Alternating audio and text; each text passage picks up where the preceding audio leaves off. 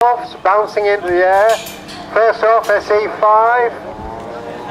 followed by the Fokker triplane, followed by the Eindecker, followed by the Albatross, second SE5, another Fokker triplane, Dreidecker, as it was known, Dry German for 3, and then the Flare Hannibal, which has been changed to represent the Bristol Scout. And finally the third SE5. So this is how it would be, ladies and gentlemen, over the trenches in World War I. We've got the Germans with the Fokker triplanes. We've got the UK looking at 5 kilos, 100. Because of the huge wing areas, they are equally as much affected by the quite choppy winds we've got out, the combination of aileron and rudder. The turns, keep the turns nice and smooth. The secret of these aircraft, of course, in displaying them is to make them look scale. Make the aircraft look as if it is a full-size aircraft. Lovely snow pass by there with the sausage. Now you see the large torpedo hung under the sausage, and this is what the ability to take off from an aircraft carrier carrying its torpedo, and you also have the ability, as it is ably demonstrating now, to fly very, very low and accurately, which basically meant it could fly below the level the guns could fire at the battleship. So it's actually flying below the guns on the battleship. This is how it attacked the Bismarck. Torpedo being launched and hitting the Bismarck, making them unsailable, damaging it below the waterline. So what looks like a string bag of an aeroplane sunk a battleship. Doesn't seem real, but that's how it all was.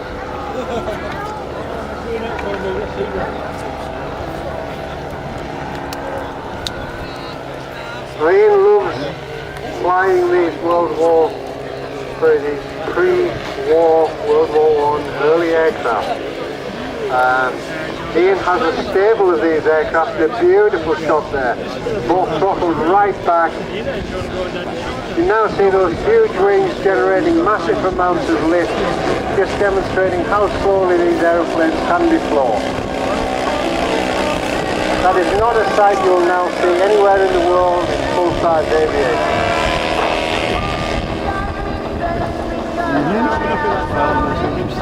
So a little bit back to Ian's world of hobby. He's got the Bristol Bulldog, fabulous aeroplane. Ponye, just finished a 2/3 scale Hanrio. Just finished to finish one project in the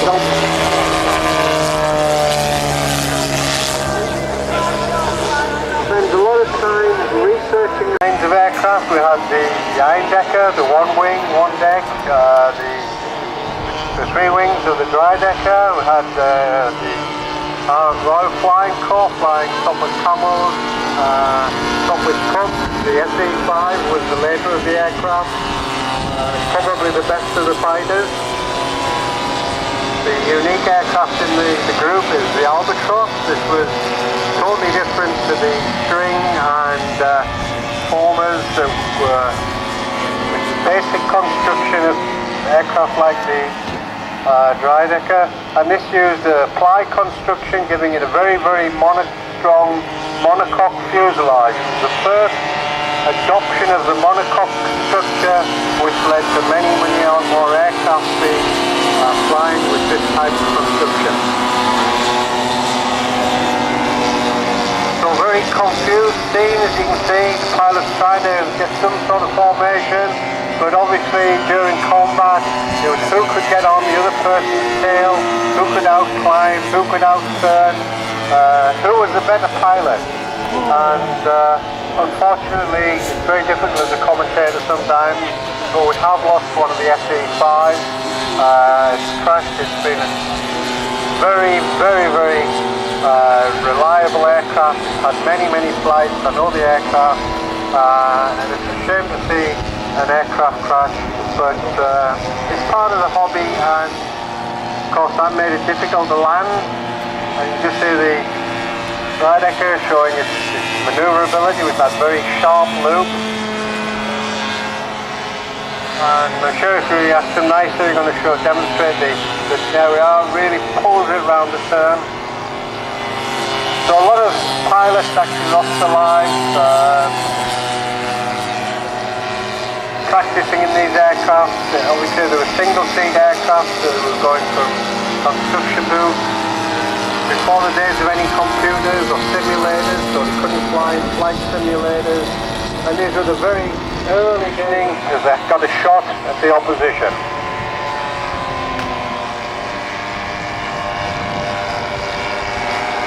Most of these aircraft are actually built from the flare kit, the flare Rydecker, the flare Hannibal, which was intended to replicate the Heidecker.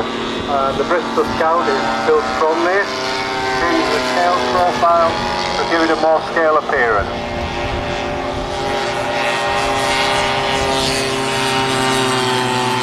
And the pilots and helpers all really having to work hard here. This is very confused, fast, frantic flying. This is not your average day at the club field.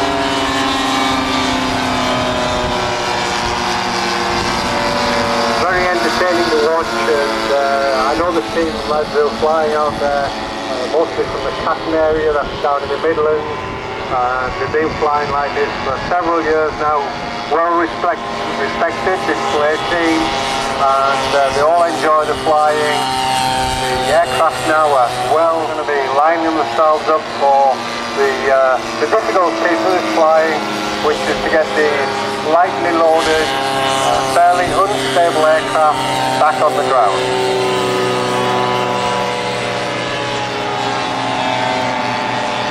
Bristol Scout through first, followed by the SE5 with the Rydecker right on his tail. That would have been a good shot, and he certainly would have had a go at him there. Guns on these aircraft were actually sync streamers on the wings. Oh, absolute perfect touchdown. Lets it roll on the front wheel, and he's going to drop the tail at the last minute. That, in these conditions, ladies and gentlemen, is a fantastic bit of piloting to bring an aircraft down like that in such a fine way. Followed by the Albatross, looks as if it's the next one down, with the unusual varnished plywood fuselage. And first arrival, second arrival, third arrival is an absolutely perfect landing. And, you know, seeing these aircraft bounce, this is how it was. These pilots didn't have a lot of practice, didn't get a lot of training, and as I said, they had that on-off throttle, and many of them were landing on rough fields, so they did bounce. Tarmac is not the perfect surface for landing these aircraft. They much prefer to be on grass.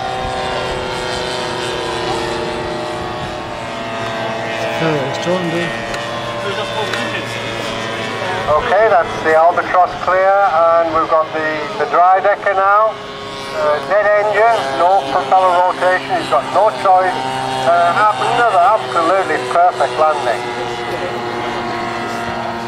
It's rumoured that this pilot actually lands better without the engine. He says he's confirmed that it does land better without the engine.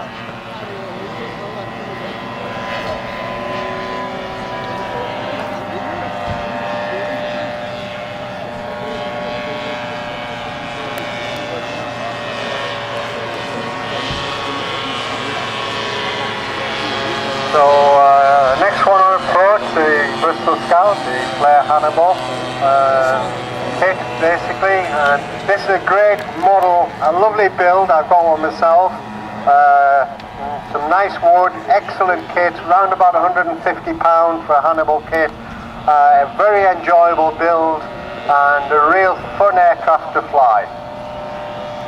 Nothing sophisticated about it, but some basic ailerons. Nice bouncy wire undercarriage, and you can do modifications of the kit. Mine's done in natural colours with the German crosses on. That one's done. You get the multi-cylinders, I've got Mike coming back now. He's going to comment on this. But before I go, big round of applause for the lads flying the World War I aircraft in the difficult conditions. So, Mike, and over to you. Thank you, David. Much obliged. Nice drink and get me wetted a little bit more before we get the big bombers off here. B-24, B-17s.